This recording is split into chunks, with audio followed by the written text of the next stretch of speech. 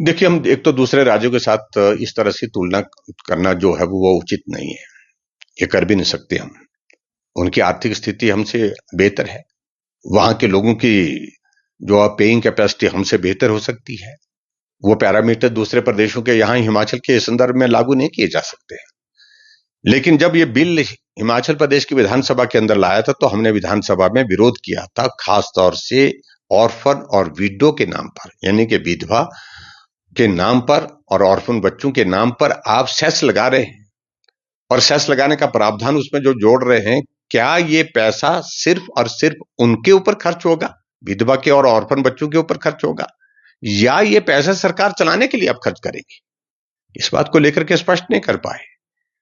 और उस वक्त मुख्यमंत्री जी ने कहा कि अभी तो हम बिल पास कर रहे हैं, हम 5% का उसमें प्रावधान कर रहे हैं, लेकिन हम तय करेंगे कि आने वाले समय में ये जरूरी नहीं 5% जोड़ लगाएंगे। और अब उन्होंने वो सेस लगा दिया, नोटिफिकेशन हो गया।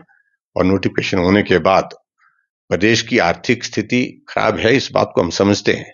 लेकिन विधवा और ऑर्फन बच्चों के नाम से पैसा इकट्ठा करके आप सरकार चलाने के लिए खर्चे का इंतजाम कर रहे हैं, ये आज से पहले कभी किसी सरकार ने किया नहीं है और ये बहुत दुर्भाग्यपूर्ण है।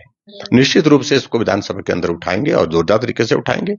और हम इस बात को सुनिश्चित करेंगे कि जो पैसा उनके नाम पर इकट्ठा किया जा रहा है, विधवा और ऑर्फन के नाम पर, वो पैसा अगर खर्च किया जाए तो सिर्फ और सिर्फ उन पर खर्च किया जाए। और खासतौर से जिस तरह से डीजल की कीमतों पर लगातार इस सरकार ने 3 बार तक जो है इंक्रीज कर दी है, इसका बोझ सीधा और सीधा गरीब लोगों के ऊपर पड़ता है। क्योंकि ट्रांसपोर्टेशन का हिमाचल प्रदेश में और कोई जरिया है ही नहीं सिवाय रोड्स के।